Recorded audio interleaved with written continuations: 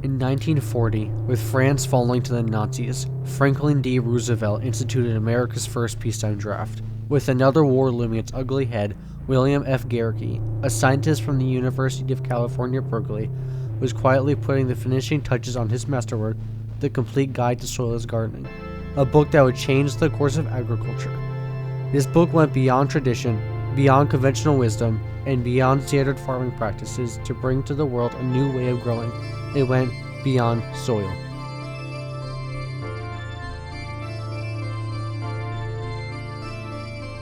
The Complete Guide to Soilless Gardening, published in 1940, was written by this man, William Frederick Gericke, and was an agricultural breakthrough, pioneering a refined and detailed method of what would become known as hydroponics.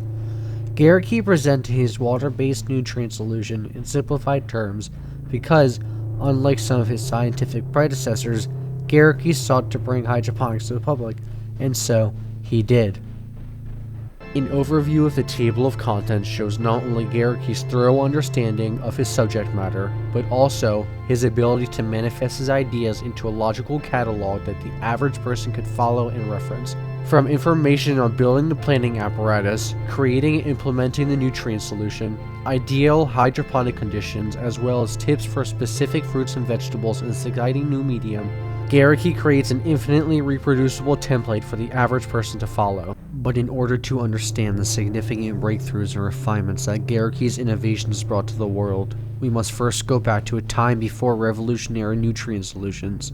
A time before temperature-controlled greenhouses. A time that is often so sparsely documented that the times themselves can be lost to time. In ancient China, the practice of flooding rice paddies with water from nearby rivers and streams was an early example of a form of hydroponic agriculture. This method not only provided the required moisture for rice cultivation, but also concentrated the balance of nutrients between water and soil, showing an understanding of hydroponic ideas and needs long before they were formally recognized. In Mesopotamia, the Babylonians' mastery of irrigation techniques helped lay the groundwork for future developments of hydroponics. Their canals, reservoirs, and irrigation channels showed the importance of water control in a water-scarce environment. In 12,050 CE, the Aztec floating gardens, or chinambas, not only provided a solution to the challenges of agricultural land shortage, but also introduced an understanding of hydroponic principles long before Gericke coined the term. By strategically layering mud, silt, and aquatic vegetation on wooden frames, they created a fertile growing environment that allowed crops to thrive in nutrient-rich waters.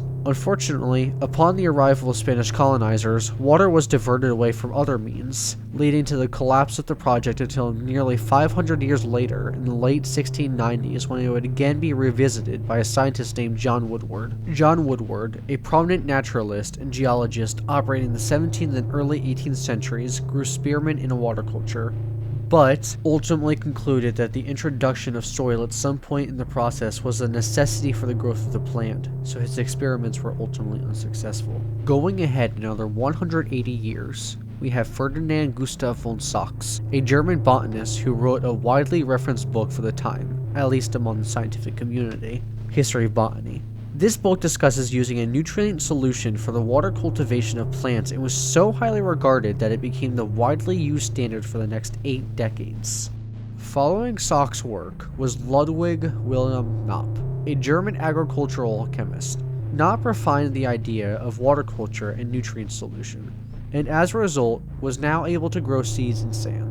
However, since his efforts did not have the commercial backing that they needed, these endeavors were nothing more than flights of fancy. It wasn't until 1918 when William Gericke would publish one of his first significant papers on removing toxicity in the soil caused by copper, zinc, and mercury by using what he called various salts, that he would also come to realize that his mixture caused increased root growth. This paved the way for further study in nutrient solution as it applies to root and overall plant growth. This led documentarian Arthur C. Pillsbury in 1936 to film Gericke at work in his greenhouse at the University of California and help to generate a water audience. An audience that would write him 500 fan mail letters per week.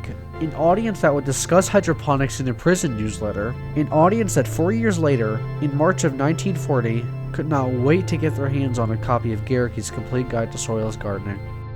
Civilians weren't the only fans to take notice of Gericke's methods, though. The United States military also took a keen interest. The same year the Complete Guide to Soilless Gardening was released, the United States headed towards being pulled into the biggest war the world had ever seen, as it rampaged across Europe.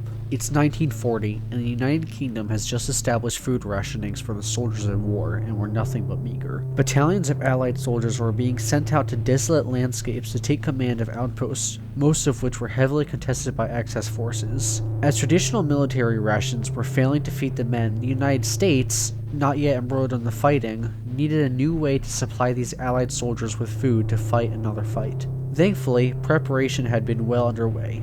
In 1938, by utilizing not only the methods of Gericke's soon-to-be-published book, but by having the man himself on site, the US military had been able to build hydroponic systems on the previously food-barren Wake Island, a strategic Allied post in the Pacific, to feed their soldiers fresh vegetables, a far cry from the stale bread, canned fish, and the canned milk that had been supplied. When the war ended in 1945, having drastically assisted the war effort, it would make sense that hydroponics would now be a mainstream means of agricultural production, but with only one problem standing in the way: the cost. What made this method of production so feasible during the wartime was that it was managed by the United States government for the benefit of the soldiers, not for a profiteering enterprise. Throughout the 1950s and 60s, commercial production of hydroponics came to an almost standstill due to prohibitive costs of materials. As a scientist, Gericke states the overall benefits of using a hydroponic system outweigh the cost, although even he acknowledged in his book that an acre of tank space would cost $5,000, 50 times the average cost of an acre of traditional farmland.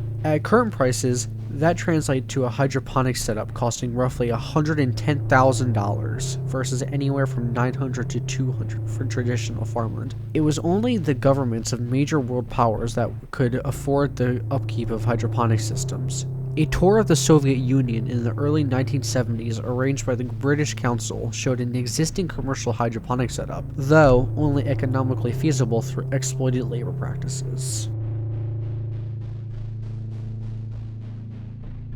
It wasn't until the plastics boom in the late 1960s that cost-effective plastics would cut down the price of such items as plant basins that had once been made from formed concrete. This allowed individuals, small farms, and commercial farms to finally be able to consider the economic benefits of hydroponics. Additionally, the United States government had begun to give agricultural grants in the early 1970s that would further cause commercial hydroponic production to thrive, and Gericke's complete vision would finally become a reality. This renewed government investment allowed tribes such as the Northern Indian Pueblos of New Mexico to receive a $250,000 grant, which ultimately resulted in 5,750 sustainable tomato crops being grown in otherwise barren lands across 8 tribal regions. This is just one successful microcosm in the grand scheme that hydroponics could eventually achieve. With cost no longer being a significant hindrance, and space exploration becoming prominent, the 1980s through 2020 saw NASA taking Gericke's work vertically both by utilizing wall gardening and into the literal thermosphere by way of International Space Station. Over the last 40 years, and as the Department of Agriculture has been identified as a necessary factor in a sustainable lunar presence, several prominent hydroponic space programs have materialized. Veggie, for example, alters a typical hydroponic layout to pump gas into an omnigravitational system. This allows water nutrient solution in the plant reservoir to stay stable in zero gravity and produce fresh food in space. As NASA looks to a future with more permanent space installations, the Large Integrated Flexible Environment, or LIFE habitat, will be able to launch from a rocket and inflate to the size of a 3-story building when in orbit, fitted for a hydroponic lab with the ultimate intention of growing deep space food products.